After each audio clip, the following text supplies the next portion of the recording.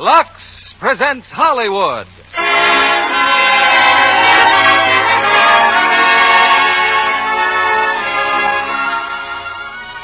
Lever Brothers Company, the makers of Lux Toilet Soap, bring you the Lux Radio Theater, starring Loretta Young and Joseph Cotton in The Farmer's Daughter. Ladies and gentlemen, your producer, Mr. William Keeley.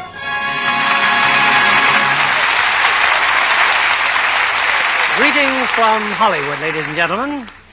The other day, I received a visit at the studio from Claire Booth Luce, a lovely and glamorous lady who, in addition to her many other capabilities, recently represented her native state in Congress. And her charming presence made me think of tonight's Lux Radio Theater play, in which another captivating lady makes her way to Washington. It's RKO's refreshing comedy, The Farmer's Daughter, starring Loretta Young in a role ideally tailored for her talents, and another box office favorite of this theater, Joseph Cotton. Together, they demonstrate what happens when romance gets mixed up with that great American heritage, the right to vote. Of course, there's another example of romance and voting, and that's the daily preference that women show for Lux Soap. They know that Lux Soap Care is a help to what you might call a romance complexion. And here in Hollywood, where screen stars know the value of a lovely skin, the vote is 9 out of 10 for Lux, a trend that I'm sure is nationwide. It's curtain time, and here's the first act of The Farmer's Daughter, starring Loretta Young as Katie Holstrom and Joseph Cotton as Glenn Morley.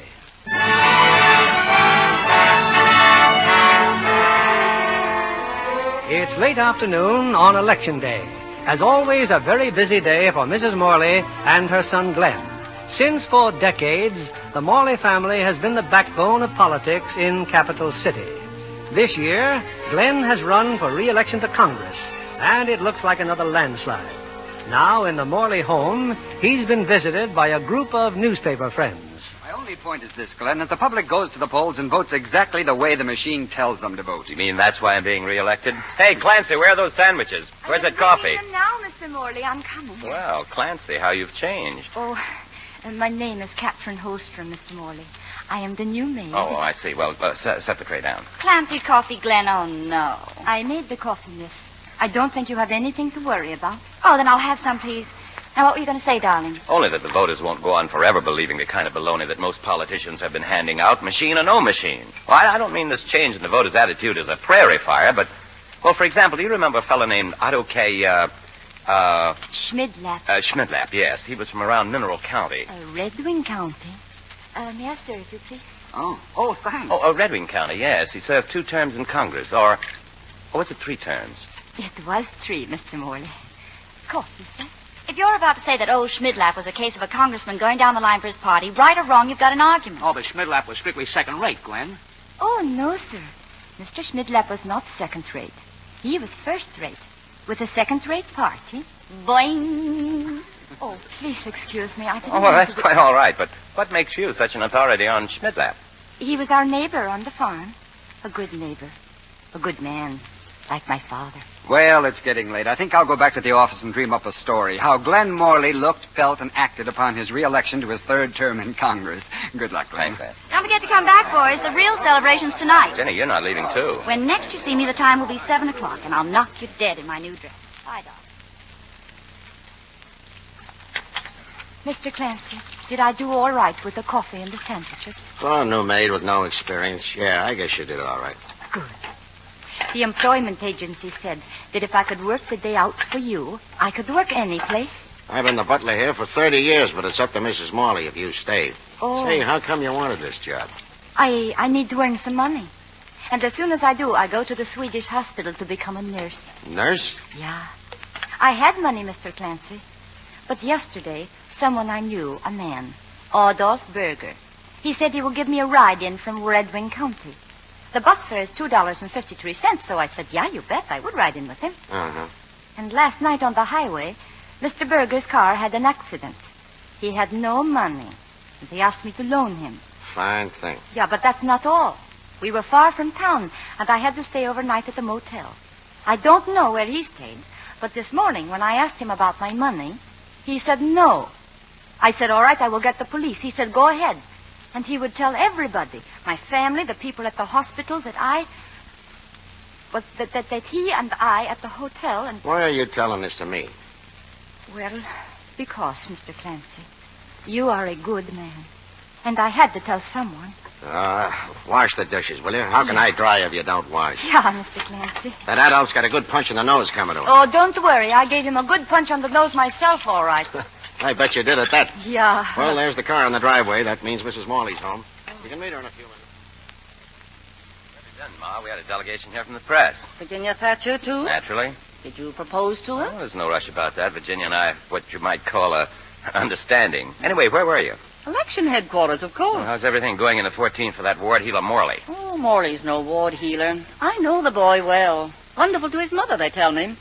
Unless I miss my guess, he'll be re-elected by the usual majority. Hooray for the party. Party my foot. The voters did it themselves. Should have come home sooner. We had coffee, real coffee. Sent out for it, huh? Oh, no, it's that new maid Clancy hired. Oh, here she is now. What did you say your name is? Catherine Holston. Oh, this is my mother, Mrs. Morley. Oh, how do you do, Mrs. Morley? Mr. Morley thinks you did quite well this afternoon, Catherine. Would you like to work for us? Well, I do have to earn some money. Anything wrong with our money? Oh, no. No, I need it so I can start my nursing course. But I would not be permanent for more than about 2 months. Well, these days, that's permanent. Now, what can you do? Oh, well, at home I do everything. I do washing, ironing for Mama, Papa, my 3 brothers, myself. Clean all 7 rooms. And do dishes, of course. Oh, of course. And I help Mama preserve meat, canned eggs, dill pickles, smoke ham and bacons. And I wait on table, 40 hands at harvest time. Oh, and I make glug. Glug? Yeah, at Christmas time. With a hot poker and brandy. You want to know what I do outside? Well, I don't know about my mother, but I'd be fascinated. Well, I plow with horse and tractor. I shock wheat, milk cows, bed horses, cut the wood for stove. Catherine, you've got a job. Oh, thank you, Mrs. Morley. And now I help Mr. Clancy prepare for party tonight.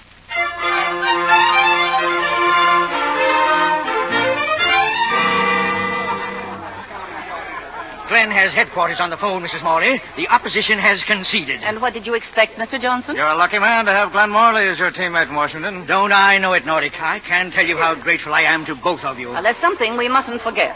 You and Glenn have been elected, Mr. Johnson. But we'll all have to do some fence mending by the time the next election rolls around. Some hors d'oeuvres, Mrs. Morley. No, thank you, Captain. You, sir? I believe I will. Tell me, young lady, did you vote today? I couldn't vote, sir. I am not registered in the city yet. Well, I'm sorry to hear that. I'd have considered our victory a complete success if a pretty girl like you had voted our ticket. Oh, I'm sorry, sir. But if I could have voted, I wouldn't have voted for you. Well, now, See what I mean, Mr. Johnson? Fence mending.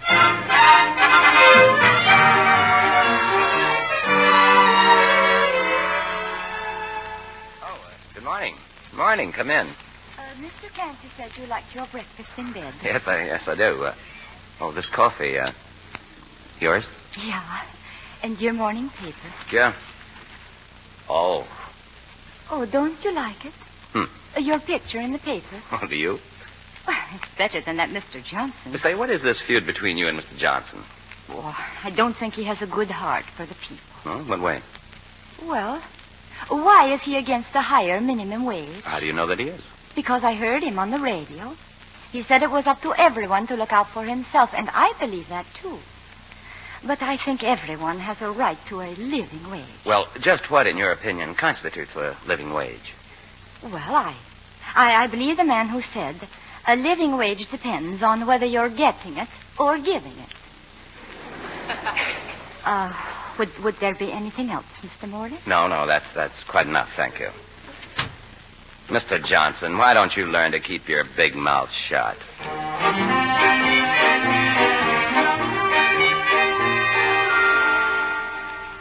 Good morning, Ma. Oh, wasn't that Katie I just saw going out the door? She's not leaving us. No, she's just going downtown to buy some uniforms. Oh, you sure she knows the way? I wrote the directions down. Oh. Well, I think I'll be getting along. What for? Well, I'm supposed to have lunch with the governor. At 10:30? Well, I've got a lot of people to thank, you know. Breakfast go all right? Oh, superbly, Clancy. Yeah, I sort of figured it would.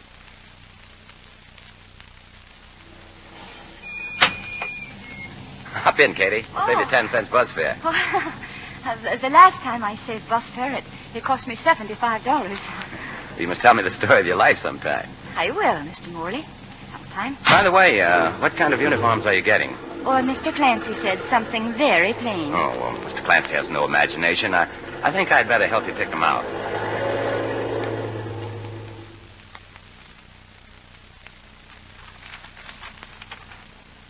Quite a large package, Katie. How many uniforms did you get?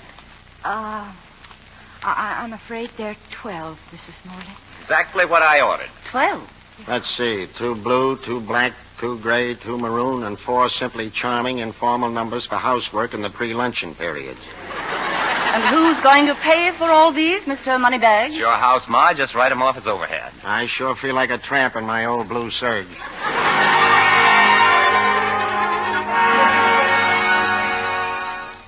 Mr. Morley, your mother, what did the doctor say? Oh, nothing serious. Just a head cold. She'll probably be all right tomorrow. Oh, good.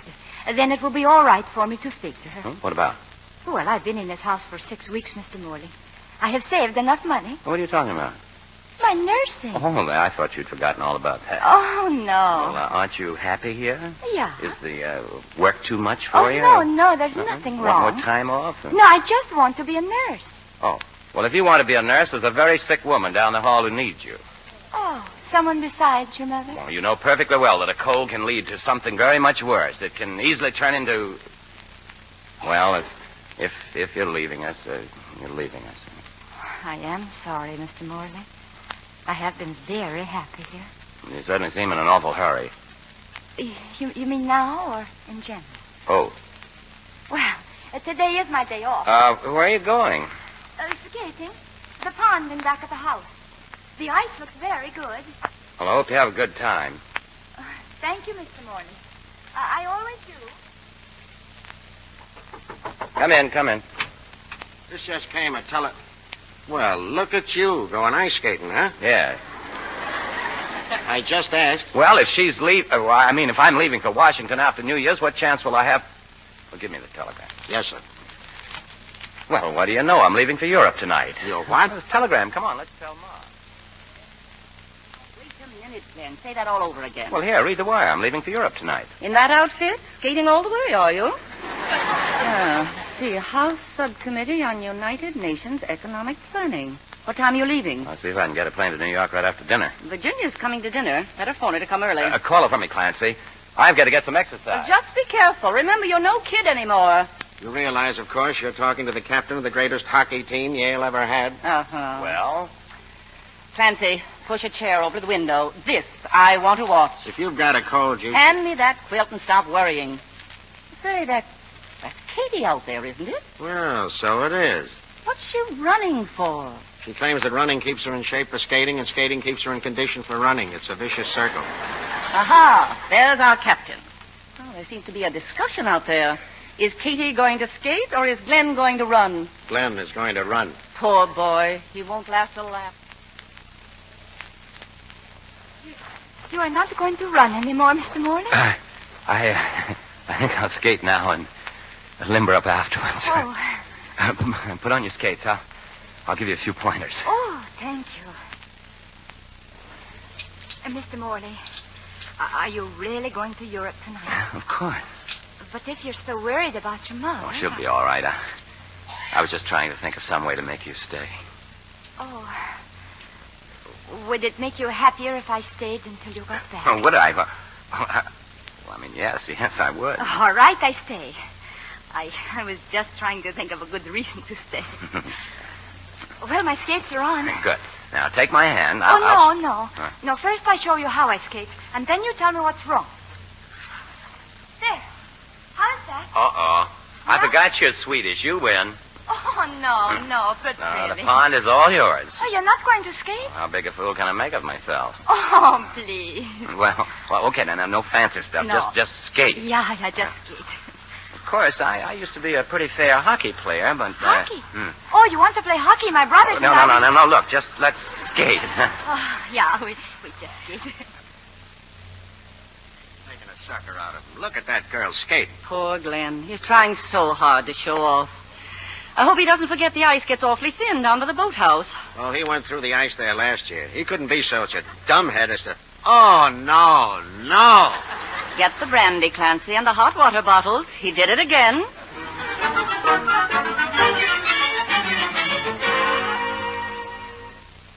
Here's another blanket, Glenn. Still feel cold? Oh, no, not very. My shoulder's a little stiff, though. Here, you drink this, Mr. Morley. It's glug. Huh? Oh, glug. Yeah. Oh, no, not so fast, Mr. Morley. Drink it slowly. Oh, so this is glug, huh? Well, Clancy, throw away the hot water bottles. What about that shoulder? What you need is a good rub down. Yeah, call the athletic club. Tell them to send a man right over. Oh, there won't be time, Mr. Morley. I'll do it myself. Great idea. Now, you lie right down here at the foot of the bed. Now, wait a minute. Now, one pillow here, and this pillow under the chest. There. Now, we begin. Ooh. Oh, you must relax, Mr. Morley. You are much too tense. There. That's better. Now, look. Yeah. Is there anything you can't do? Oh, yeah. Too many things. Oh, you have 3 of the most unusual talents I ever heard of. Oh? I'll bet you're the only girl in Capital City. Oh, I'm so sorry. Can give a Swedish massage and bed horses and make glug. I don't mind that you tease me, because I know how different I am from, Miss Thatcher, for instance. Would you like to be like Miss Thatcher? Oh, in many ways, yeah. But when I'm around her, I feel strange. I know I talk different from all of you, but around her, I talk worst. Why don't you go to college, Katie? And take care of Mrs. Morley at the same time. You could go at night. They have all sorts of courses. Political science. Yeah? Economics. The tickles. Hey. Oh, Virginia. Come in. Whatever it is, it looks like fun. Tell me, Captain, is this restricted to the family, or do you take outpatients? Well, I'd be glad to give you a massage anytime, Miss Thatcher. Oh, I'm sorry. You're finished, Mr. Morley. Oh, thank you. Your mother told me you fell through the ice. Yeah, lucky thing Katie was there. No doubt. She saved your life. I'm grateful to you, Captain. Katie, where are you going? To see your mother. I think I'll give her notice after all, Mr. Morley. No, Katie, no.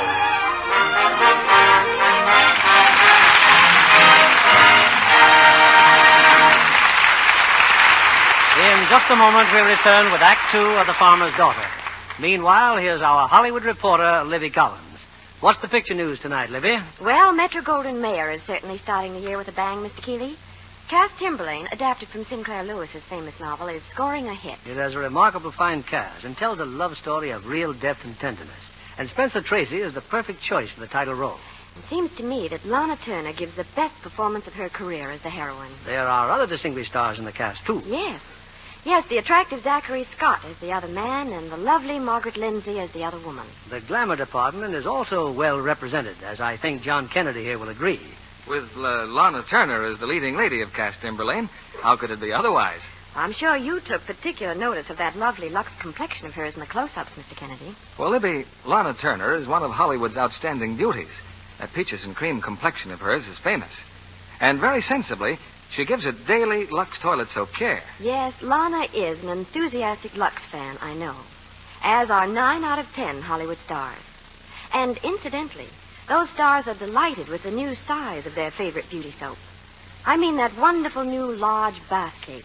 That bath-size Lux toilet soap is making quite a hit in Hollywood, Libby. And with women everywhere who enjoy a beauty bath that's tops in luxury. They're thrilled with the generous, creamy lather that leaves skin feeling softer and smoother.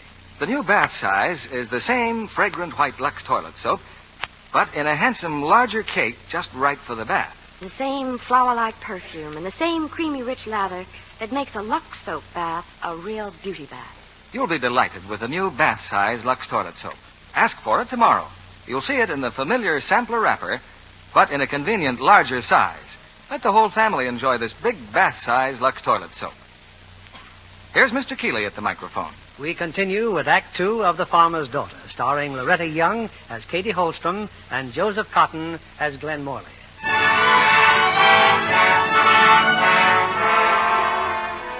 Glenn Morley went to Europe, and Katie changed her mind. She remains in the Morley household as a maid. For weeks, almost every evening, she's been going to night school. And now, in the Morley library... Last night, we learned why those nations went off the gold standard, Mr. Clancy. You did, huh? Yeah. Why? Well, it was a move toward the nationalization of the world banking system through the social control of credit policies. Oh, that's so. Yeah. How's the diction getting along? Oh, that worries me, Mr. Clancy. Tomorrow night I have to have a speech memorized, and I don't know what to do. A speech, huh? Yeah. Well, come here. Maybe I got one that'll help you. The letters and speeches of Senator Morley. Oh, I'll never forget this one. A lot of speeches had already been made that day. Good speeches, too. Then the senator got up and, well, here, read it, Katie. Today, I don't want to make a speech. I want to tell you a story about a doctor named Sorensen. Dr. Sorensen practiced in the poor section of town, where people didn't always have the money to pay. His office was a small room over a livery stable. The shingle over the stable was a simple little sign that read, Dr. Sorensen upstairs. Well, even doctors get sick, and after working years with these poor people, Dr. Sorensen died. And all those people who loved him and whom he loved wanted to put up a fine marble monument, but they just couldn't afford it. So they took the sign from the stable and put it on the doctor's grave. There it stood. That was his monument. Dr. Sorensen upstairs. Today, a president has died, but his dream of a League of Nations shall never die. It will live in the hearts of good, common people. For over the president's grave, the people have placed their everlasting monument, which, like the doctor's, reads simply, Woodrow Wilson, upstairs. I'll be glad to loan you that book, Katie. It's mine. Oh, thank you, Mr. Clancy. He must have been a wonderful man, Senator Morley. His son hasn't turned out too bad either. He's coming home tonight, Katie. Tonight? Cable just came. Oh, tonight. You'll be leaving us soon, huh? Oh, I have stayed too long already, Mr. Clancy. If I'm ever going to be a nurse... Yeah. Meanwhile, Mrs. Morley's having a party to welcome him home. Oh. Come on. Let's get to work on that silver. Yeah, you bet. Good evening, Miss Thatcher. Hello, Catherine. I know I'm early. Well, is he home yet? No, miss. Oh, aren't you wearing your hair differently, Catherine? I'm glad you noticed. I think I like it better plain. Oh, Mrs. Morley's in her sitting room if you care to go up. Thank you. Good evening. Good evening. We must see Mrs. Morley right away. It's very urgent. Yes, Mr. Nordic, Mr. Eckers. We'll wait in the library. Gentlemen, such long faces. We have bad news, Mrs. Morley. Poor Wilbur Johnson. Tragedy. A great I tragedy. beg your pardon, Mrs. Morley. No, Katie. What happened? When? He dropped dead an hour ago. Dropped dead? Oh, no! Oh, here now. Don't do that. Look, she's fainting. Katie. What on earth? Virginia, we were just talking about Wilbur Johnson. Katie came in to tell me something, and when Mr. Nordic said he dropped dead, Katie fainted. Hi. Glenn. I'll get some water. Welcome home, Glenn. Hey, Clancy. What's going on here? Come on in, Glenn. Katie, dear. Hello, Ma. What's she doing on the floor? She just fainted. I think she thought you were the one who dropped dead. Dropped it. Oh, you mean Johnson? They told me at the airport. Look, she's coming too. Katie. Katie, are you all right? Oh, Mr. Morley. I'll take care of Mrs. Morley. Come on, Katie. Yeah. You'd better lie down. Telephone the guest, Clancy. The party's off. Well, all in all, quite a homecoming. Give me a kiss. Now, you look fine, Glenn, and I'm fine, so sit down and start thinking. Who's going to take Johnson's place? I guess you'd rather I waited outside. Sorry, Virginia, this may take hours. I'll go quietly if you'll give me a scoop on who's replacing Johnson. I think you'll just go quietly. Call you first thing in the morning, Virginia. You better, darling. Good night, everybody. Good night, Miss Thatcher. Good night. Shameful, gentlemen, that we have to talk politics before Johnson's even buried. But this is going to mean a special election, so we'd better start naming names. Who are we going to run to take Johnson's place?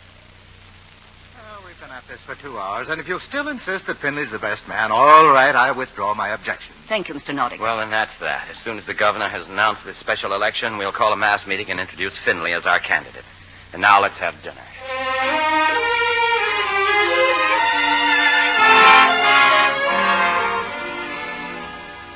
Well, Katie, is that you? Yeah, it is. Oh, come here. I want to talk to you.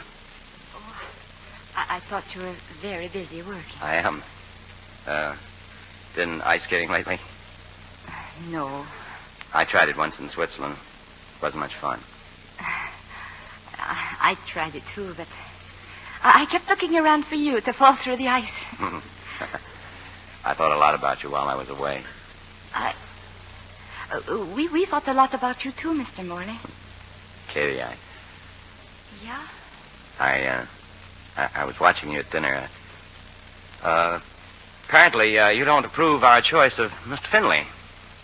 Well, I don't think he's much an improvement over Mr. Johnson. Well, what do you know about Finley anyway? Well, I know his record, and it's a very bad record. So you're an authority on Mr. Finley, too. Oh, well, for one thing, now, why did he stop free milk in the grade schools? Oh, if you don't like him, don't vote for him. Oh, don't worry, I won't. I was only asking you, why did he stop the free milk? Don't ask me. Ask Finley. There'll be a big mass meeting soon. Ask him. He'll be there. All right, I will. Well, all right. I'm sorry, I didn't mean to upset you. Upset me? I'm not upset. Good night, Mr. Morley. Good night.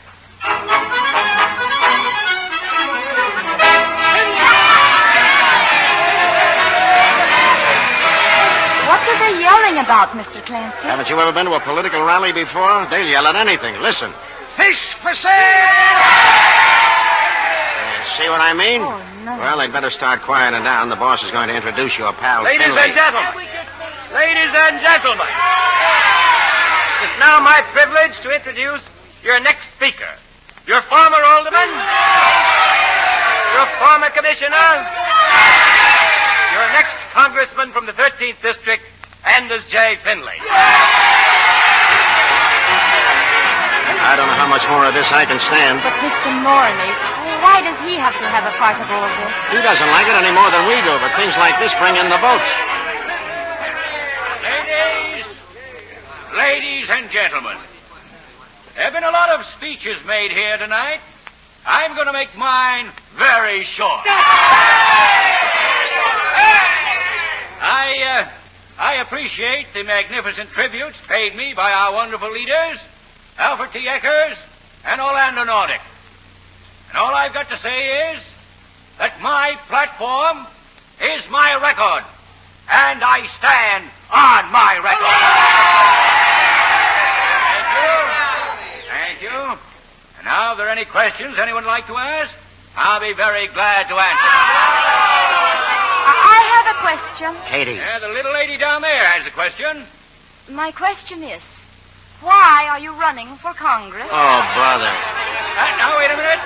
Let the little lady talk. Why do you ask that question, miss? Because I'd like to know how you, with your record, can ask these people to vote for you. I'll match my record with any man. No, this record that Mr. Finley will match with any man's is as follows. In 1930, Alderman Finley's brother-in-law, Oscar Nordstrom, started getting the snow cleaning contract and received it every year that Mr. Finley sat on the council. In 1932, Alderman Finley said the bread lines were costing the city too much money. And he even introduced a bill to force apple sellers to buy licenses. And if that isn't enough, in 1933, Mr. Anders J. Finley, in his speech at Lincoln Heights School, told the parents This young woman at a political rally held tonight in behalf of Anders J. Finley. Introduced by Congressman Morley, Mr. Finley... Should I turn the radio off? No. But we've heard the same thing on 2 other news broadcasts already. Katie, to hear it again. I've been checking on her identity, and this beautiful blonde is employed as a maid in Congressman Morley's home. She couldn't have been more of a bombshell if she'd been planted there by the opposition party. Or was she? Well, were you? Neither Mr. Nordic nor Mr. Eckers... I've been thinking, Mr. Morley, ever since I got home. I better turn this off. I'll leave here tonight. Leave here? Well, that's great. You know what they'll say about me then, don't you? No, what? They'll say I threw you out. They'll say I'm against freedom of speech. Right. I need an aspirin. Ought to do as he says, Katie. Just keep your mouth shut until this election's in the bag. Yeah, all right, Mr. Clancy, I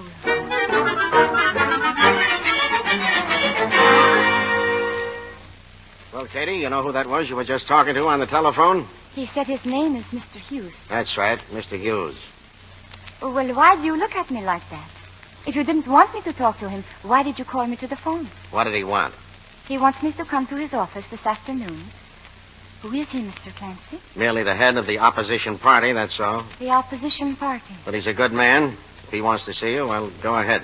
But what would he want to see me about? It's hard to read the mind of an honest politician. I don't know.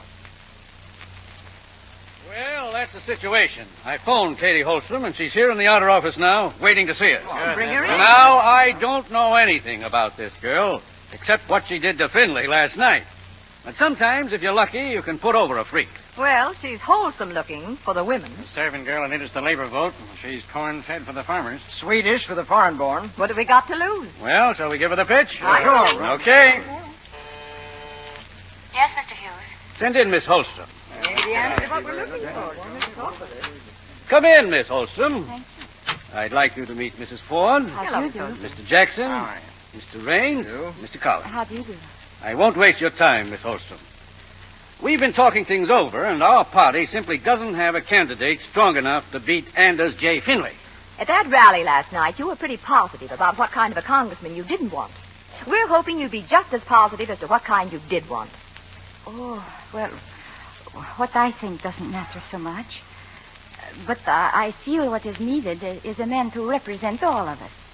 And not just the people who raised the money that helped him in his campaign.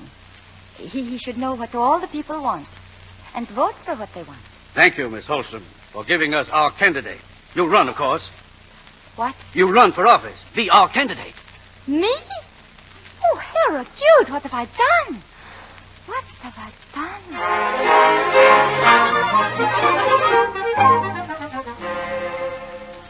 My taxi is here now, Mrs. Morley, so I want to say goodbye. You're really going to go through with this?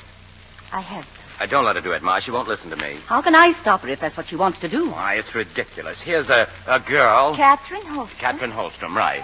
A bunch of opportunities. Give her some song and dance about being able to elect her to Congress. Uh-huh. Why, she doesn't know the first thing about politics. Mm-hmm. I ask you, how can she be expected to sound off on such things as a minimum wage bill, a full employment bill, a permanent FEPC, atomic bomb control, 100 other things? Can you? Well, that's beside the point. I'm already a congressman. Oh. Go on, Glenn. Well, what right is she to run anyhow? Ma, you've got to stop her. We have no right to stop her. Katie, you stop running for Congress. I give up. My dear, I don't think you're remotely qualified either. And I mean to use every device in my power to defeat you. But goodbye, Katie, dear. And good luck. Thank you, Mrs. Morley. Clancy, she's leaving. Oh, Mr. Clancy's waiting at the cab. Goodbye. Oh, it's a rotten shame to take a nice girl like that and toss her in a den of lions. Your concern wouldn't be because you're in love with her, would it? Of course I'm not. It's just that she's a very sweet girl and fair play and... Well, it's none of my business, but she's worth a dozen Virginias. Of course she is. Why, a girl like that, in love with her, me...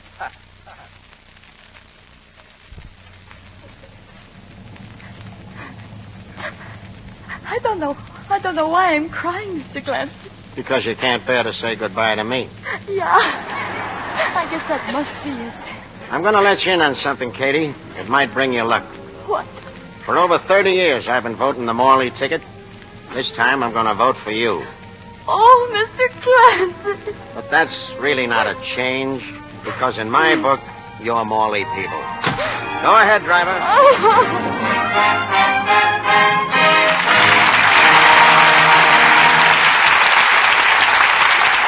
We pause now for station identification. This is CBS, the Columbia Broadcasting System.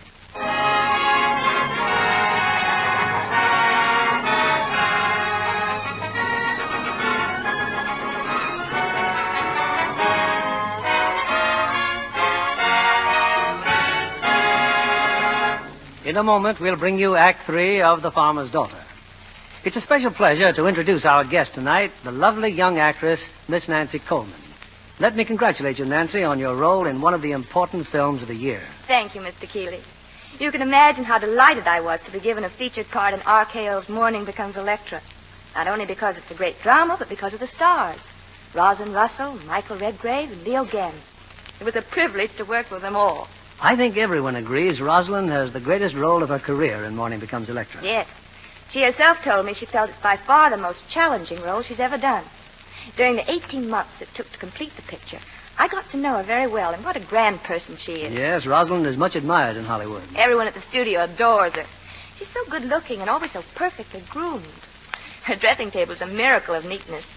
You know, I noticed one shelf in her cupboard is especially reserved for a supply of... Well, guess what, Mr. Kennedy? Well, knowing that Rosalind Russell has been a Lux girl for years, I'm sure she always has plenty of her favorite beauty soap on hand. Yes. She never neglects her daily Lux soap complexion care. And that's a wise beauty rule for any girl to follow. I know I find it so. I wish our audience could see that lovely Lux complexion of yours, Miss Coleman. Thank you, Mr. Kennedy. I've always been a Lux girl. And now Lux toilet soap keeps my skin the way I want it for camera close-ups. Have you used the new bath-size cake, Miss Coleman? Oh, yes, and it's wonderful. Makes my Lux soap beauty bath more luxurious than ever. Luxury is what it's been designed for. The new bath cake is the same fine white Lux toilet soap in a big, generous size that gives lots of the rich, creamy Lux soap lather fastidious women love. Thank you for coming tonight, Miss Nancy Coleman, and a wonderful New Year to you. And here's a New Year's suggestion to women everywhere. When you go shopping, be sure to buy the new bath-size Lux toilet soap in the familiar sampler wrapper. Enjoy its delightful clinging fragrance, the extra luxury it gives to your bath. The whole family will enjoy it, too. We return you now to William Keeley. Time now for the third act of The Farmer's Daughter, starring Loretta Young as Katie Holstrom and Joseph Cotton as Glenn Morley.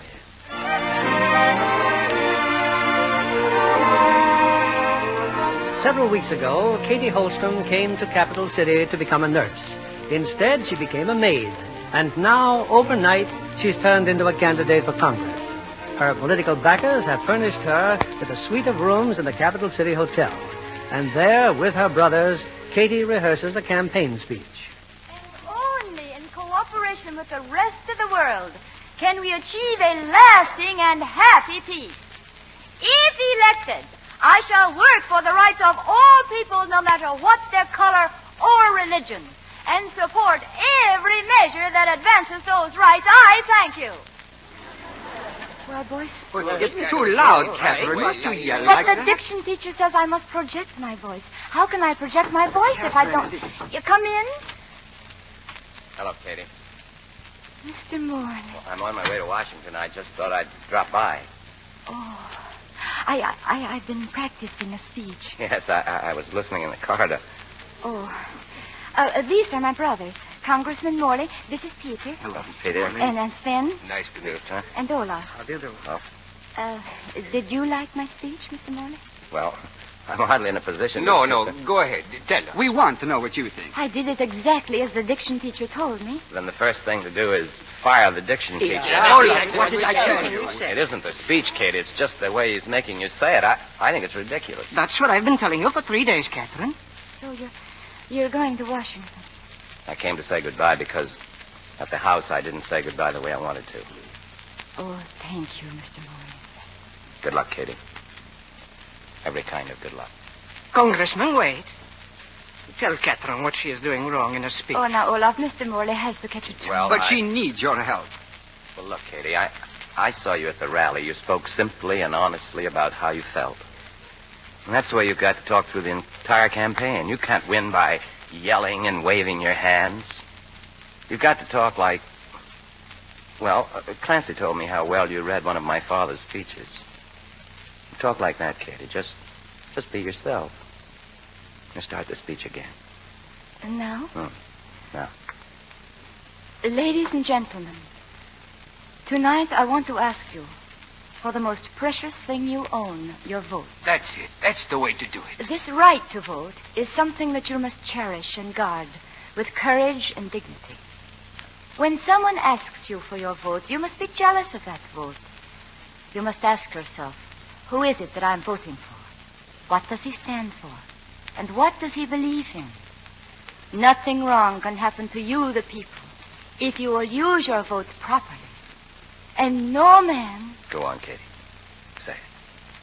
And no man or group of men can hurt you if you will use your power of a free and honest election.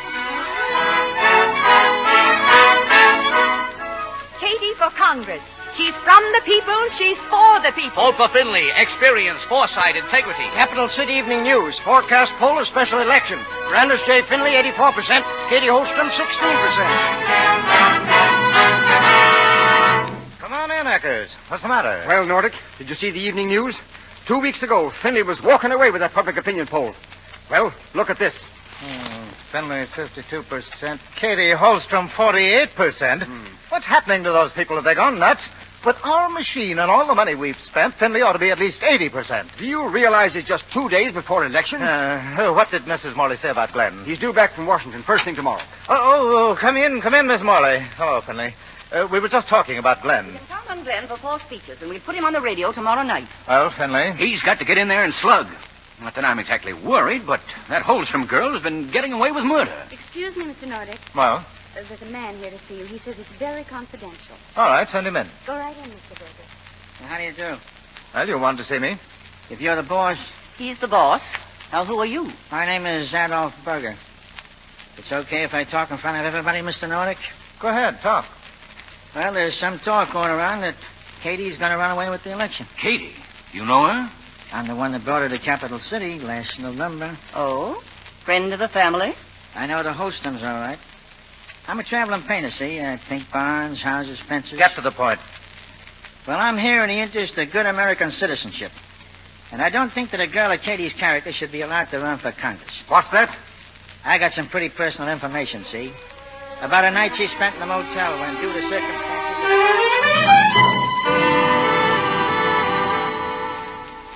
And that's why you think Katie should not be allowed to run for Congress. Is that it? Yes, ma'am. What's your point in telling us this? Well, like I told you, good citizenship. I suppose you expect some expression of our gratitude. Oh, no, ma'am. Although things have been kind of rugged lately, I could get a hold of a few $100. What kind of a campaign do you think we're conducting? Get out of here, Berger, before I throw you out. I can prove everything I said. Get out of here. Okay, if that's what you want. I just thought you wanted to win this election. But he said he had proof. What goes on around here? Are we for me or are we for Katie? I haven't quite made up my mind, Mr. Finley. That may be funny to you, Mrs. Morley, but I've spent 20 years of my life in politics. I can match that and add 20. I'm sorry. I know if it weren't for your backing, I'd really be a dead duck. Well, if it's all right with you, I'll drop over to see Glenn first thing in the morning. We'll all be over in the morning. Without Glenn's help now, we're sunk.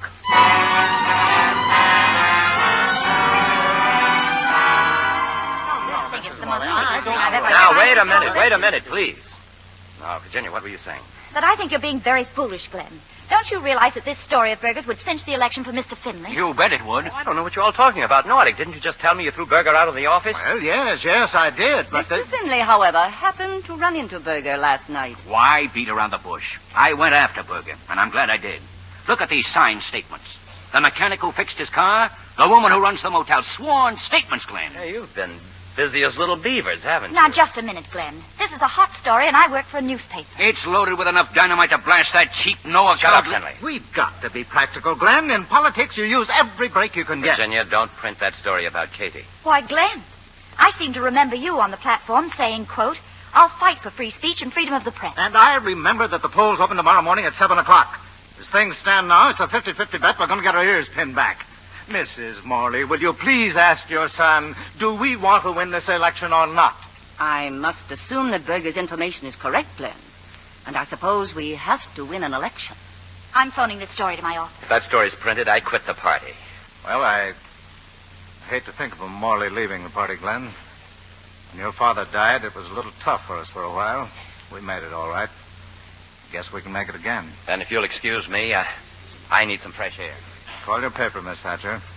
They can print everything.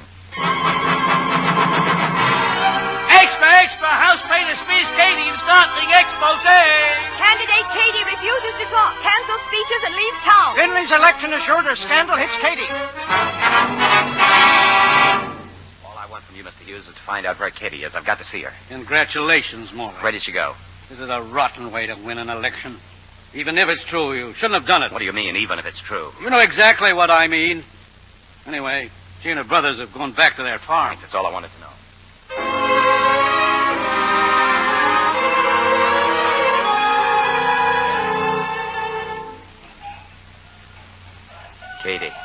Katie, say something, won't you?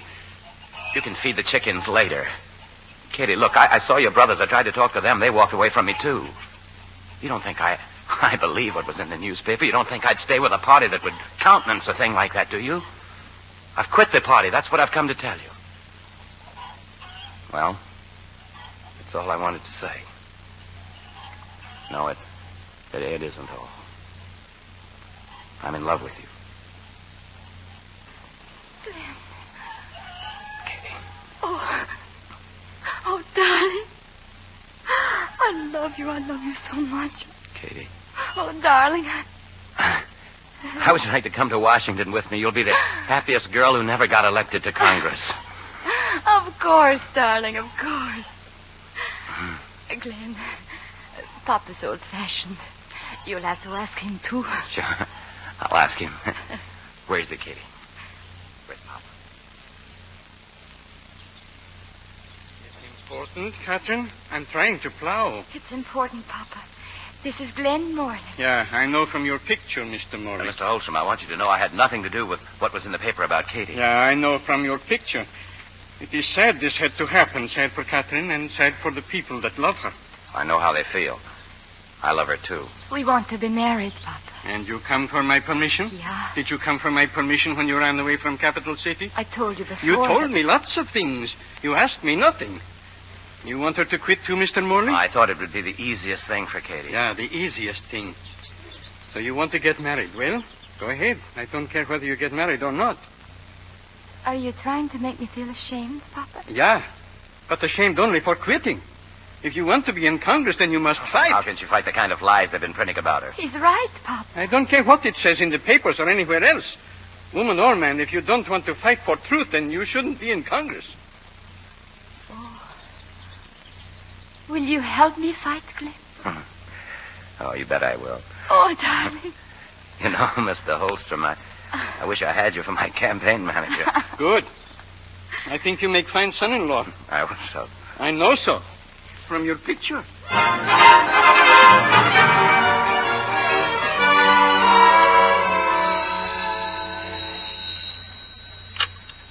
Hello? Glenn, where on earth are you? You're what? I suppose you think that comes as a big surprise to me. They're going to get married, Clancy. It's okay. I approve. What? No, but I wish you hadn't walked out quite so fast this morning. I have a very interesting guest here. Never mind who. Just stay where you are and wait till I call you back. Yes, very soon, I hope. Interesting guest. You may not know it, Mrs. Morley, but Anders J. Finley is drunk. I better take him home. You stay just where you are. A couple of more drinks, and maybe I can give Glenn a wedding present. Excellent, Dickie, Mrs. Morley, excellent. Glad you like it. And don't think I'm not flattered. Just you and I chatting socially in your home. Well, it's the least I can do, Mr. Finley. You've been of great service to the party. But I'm worried. But the election's in the bag now. I'm worried about all that money you must have paid Adolf Berger. I think the party should reimburse you. I wouldn't hear of it. What's $3,000, huh? $3,000, eh? 2,000 to Berger, 500 each to the mechanic and the motel lady. You don't say. Surely you're not going to turn Berger loose with all that money. Huh? Well, he might get drunk and start talking how he invented the whole story. Oh, not little Adolf. I've got him in protective custody until after election. In a safe place, I hope. In my lodge up at Kaluma Lake. I got a couple of my toughest boys guarding him. Your boys? Mm-hmm. You have your own machine, Mr. Finley? Oh, it's a national organization the boys and I belong to. We got to stay undercover for a while, but we've got a great plan mapped out to educate the people. Oh, how nice. 100% Americanism. Oh, yes. No foreigners. The right kind of religion. Right. Oh, I guess I know where you stand, Mrs. Morley. I think that's about all I wanted to hear, Mr. Finley. Huh? All right, Clancy, you can throw him out now, right on his 100% American ear. Hello? Hello, Ma. We're at Kaluma Lake. Did you get Adolf? You bet we did. Quite a brawl while it lasted, Ma. Well, tell me about it. I wouldn't know. I tripped over a stump and knocked myself out. That's my boy, all right. Katie and her brothers got him. We'll be home in a couple of hours. Better have Nordic at the house. I may have a statement to make.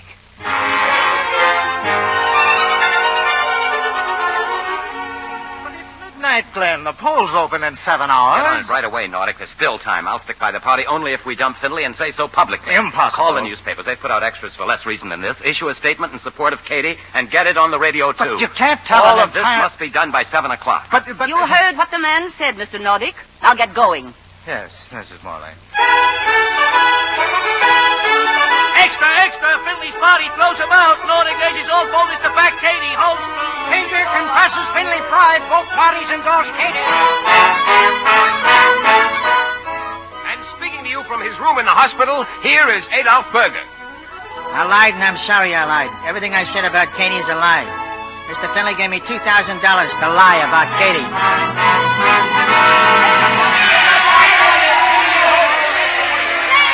You have placed in me a great trust and a great confidence. I am very grateful. I promise I will do everything in my power to fulfill that trust.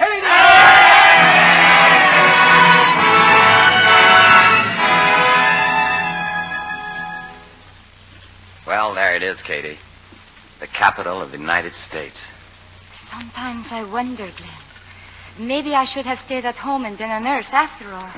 If you ask me, our party can use a good nurse, too. Come on, Katie. We don't want to be late for your first session. Glenn, I just go in? What is customary? Oh, I'm not quite sure of the protocol in a case like this. I'll just carry you across the threshold and see what happens. Now, darling, we went skating. You fell through the ice, remember? And when we went after Mr. Berger, you knocked yourself out, huh? Uh-huh. Well, I think it's safer if I just walk in.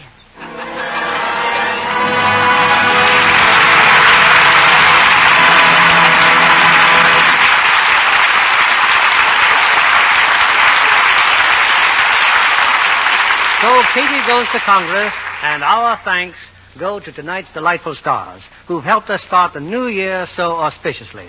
Loretta Young and Joseph Cotton, who returned to the footlights in response to your applause. Loretta, we're happy to have you back from London in time for tonight's performance. Oh, thank you, Bill. You and Sam Goldwyn must feel pretty proud, Loretta, to have had your picture, The Bishop's Wife, selected for London's command performance. Indeed. Not to mention receiving the congratulations of the King and Queen. Oh, it was a thrill, all right. But except for that, our trip was pretty sobering. How do you mean, sobering? Well, Joe, you have to experience the shortage of food in England to realize how desperate their situation is. I can readily understand your donating the food you bought for you and your husband. Well, unfortunately, it was so little. But we were told it helped prolong the lives of 10 people for 6 months. Well, it looks as if the best way we can wish our European friends a Happy New Year is to send them every bit of food we possibly can spare. Well, that's our resolution for 1948, Joe. And a very splendid one. Have you made any other New Year's resolutions, Loretta? Well, a few, Bill. But there's one thing that doesn't need a resolution, and that's to continue using Lux soap faithfully for my complexion. And I can see by the evidence in front of me, you really keep it. Well, thank you. What's following The Farmer's Daughter on this stage next Monday night, Bill? Next week, from my home studio, 20th Century Fox, we bring our audience a punch-packed melodrama that equals in excitement anything I've ever seen. It's Kiss of Death, with its original outstanding stars, Victor Mature, Colleen Gray, and that unusual new personality, Richard Widmark. That ought to keep your listeners rooted in suspense, Bill. We'll be listening. Good night. Good night, and best wishes for the new year.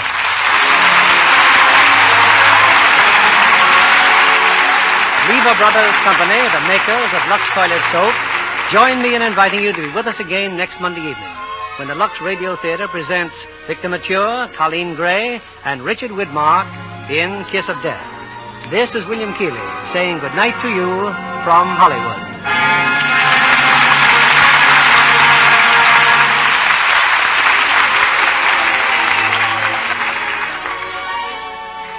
Here's a New Year's resolution we hope every housewife will make: to save and turn in every drop of used fat during 1948. The need is still great because world production of fats and oils is still far below requirements. So it's up to the kitchens of America to make up the deficit. It can be done easily if we all do our share. Many stores are now paying higher prices for used fats, so turn in a tin as soon as it's filled. your dealer will pay you for every pound. Joseph Cotton appeared by arrangement with David O. Selznick, producer of Alfred Hitchcock's The Paradine Case.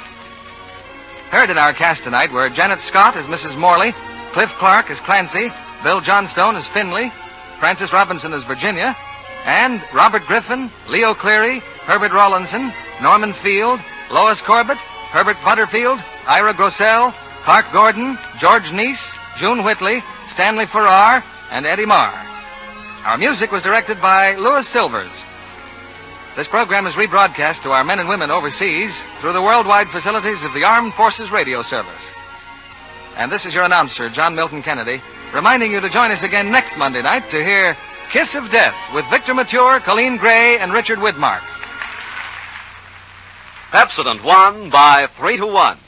Yes, in a recent survey, families throughout America compared new Pepsodent toothpaste with the brands they'd been using at home. By an overwhelming average of 3-1, they preferred new Pepsodent with Irium over any other brand they tried. They said new Pepsodent toothpaste tastes better, makes breath cleaner, makes teeth brighter. Yes, with families who made comparison tests, Pepsodent won by 3-1. Be sure to listen next Monday night to the Lux Radio Theater presentation of Kiss of Death with Victor Mature, Colleen Gray, and Richard Widmark. Stay tuned for My Friend Irma, which follows immediately over most of these stations. This is CBS, the Columbia Broadcasting System.